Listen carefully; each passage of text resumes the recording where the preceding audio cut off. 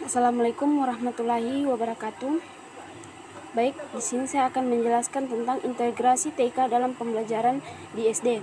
Pengertian integrasi TK adalah kegiatan menggabungkan antara kecanggihan teknologi dengan kegiatan pembelajaran dengan tujuan mempermudah penguasaan peserta didik terhadap materi yang diajarkan.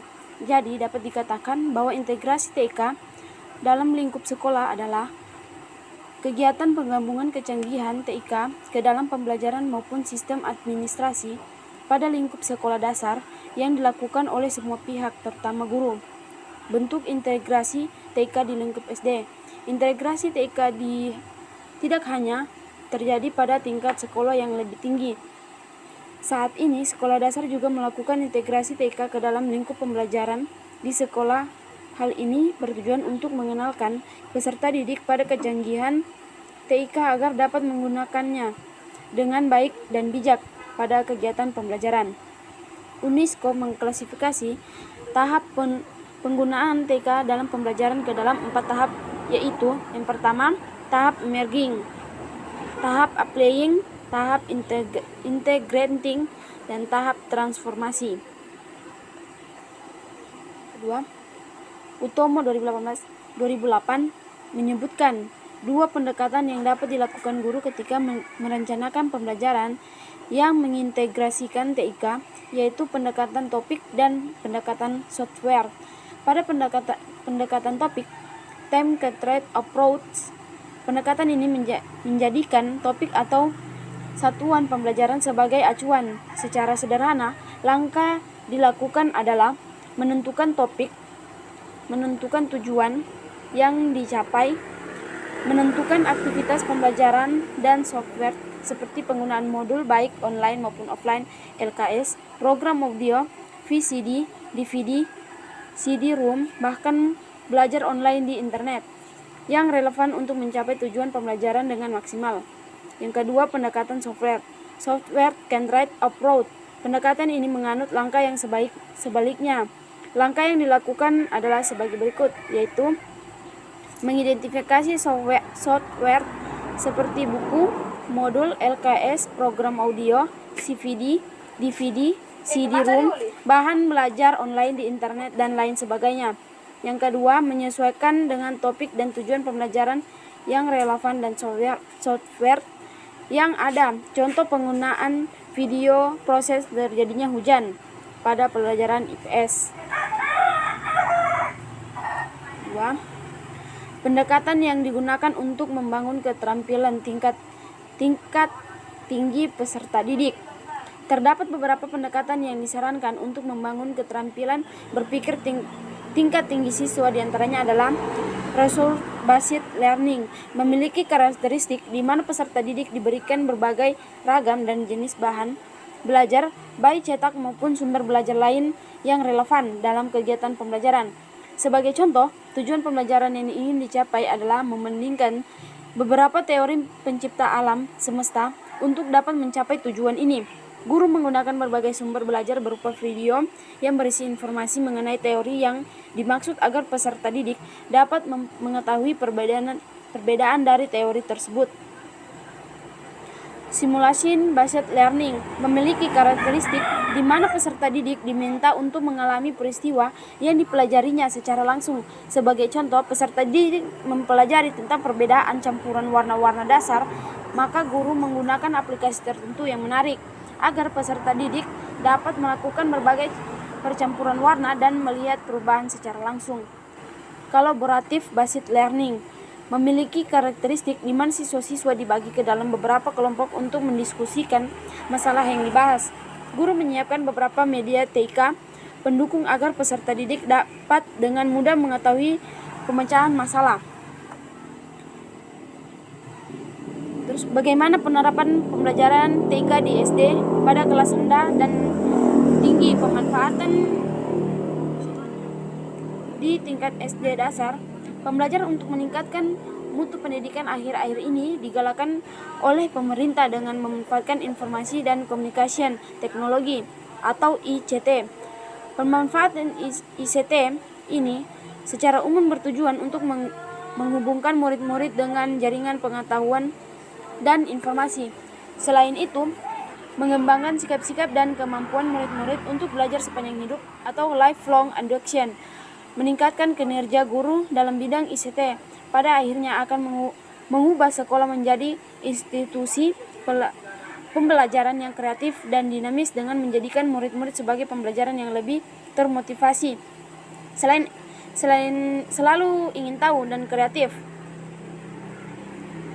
menggunakan teknologi dalam proses pembelajaran mempunyai kelebihan, yakni mempermudah dan mempercepat kerja siswa, mengefisienkan, juga menyenangkan karena siswa berinteraksi dengan warna-warna, gambar, suara, video, dan sesuatu yang instan. Situasi dan kondisi yang menyenangkan ini sebenarnya menjadi faktor yang sangat penting dan esensial untuk mencapai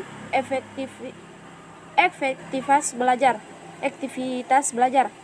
Di sini teknologi maupun membangkitkan emosi positif dalam proses belajar. Perkembangan ICT di dunia sangat cepat. Dari waktu ke waktu, perkembangan ICT tersebut tentunya merupakan potensi yang meningkatkan kualitas pendidikan. Teknologi informasi menyimpan informasi tentang segala hal yang tak terbatas, yang dapat digali untuk kepentingan membangun pendidikan yang tidak lagi dibatasi oleh ruang dan waktu. Adapun beberapa contoh penerapan pembelajaran basis ICT yang dapat dilakukan oleh pendidik sekolah dasar, yaitu penggunaan jaringan komputer untuk pembelajaran atau e-learning. E-learning merupakan bentuk teknologi informasi yang diterapkan di bidang pendidikan dalam bentuk sekolah maya. Melalui e-learning, belajar tidak lagi dibatasi oleh ruang dan waktu. Belajar dapat dilakukan kapan saja dan di mana saja. Belajar mandiri berbasis kreativitas siswa yang dilakukan melalui e-learning mendorong siswa untuk melakukan analisa dan sintesa pengetahuan, mengenali, mengelola, dan memanfaatkan informasi, menghasilkan tulisan, informasi, dan pengetahuan sendiri. Siswa dirangsang untuk melakukan eksplorasi ilmu pengetahuan, fasilitas yang dapat dimanfaatkan oleh siswa untuk belajar melalui e-learning diantaranya e-book, e-liberal, interaksi dengan pakar, email, mailing list, newsgroup, dan lain-lain. Teknologi informasi melalui media pembelajaran. Menerapkan ICT dalam pembelajaran salah satunya adalah menggunakan media pembelajaran yang dapat meningkatkan kualitas kemampuan siswa. Untuk hasil yang optimal, pembelajaran harus menyenangkan dan merangsang imajinasi serta kreativitas siswa.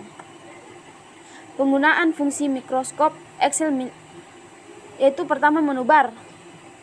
Pada menu file dan submenu yang masing-masing mempunyai fungsi tersendiri, yaitu new berfungsi untuk membuat lembar kerja baru, open berfungsi untuk membuka dokumen, close berfungsi untuk menutup jendela workbook, save berfungsi untuk menyimpan data, save as berfungsi untuk menyimpan data yang belum mempunyai nama. Menu edit. Pada menu ini terdapat submenu yang berfungsi seperti bawah ini. Undo berfungsi membatalkan perintah terakhir.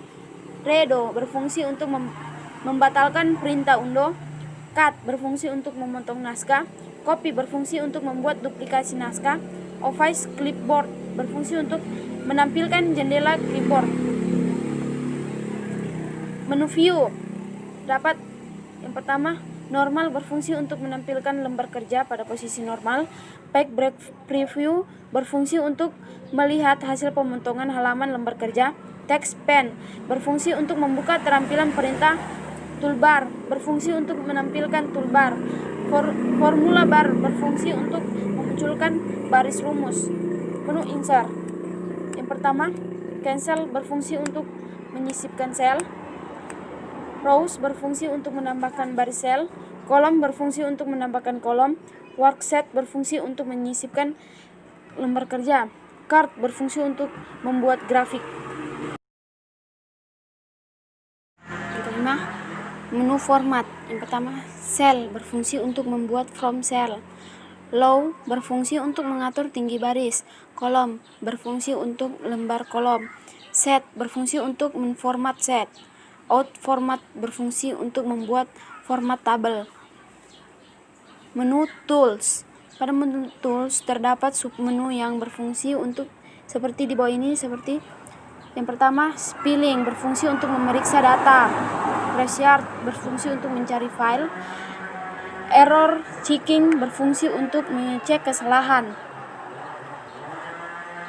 Tart Chagas berfungsi untuk melihat pengubahan oleh orang lain. Compared and Merging Workbooks berfungsi untuk menggabungkan beberapa workbook.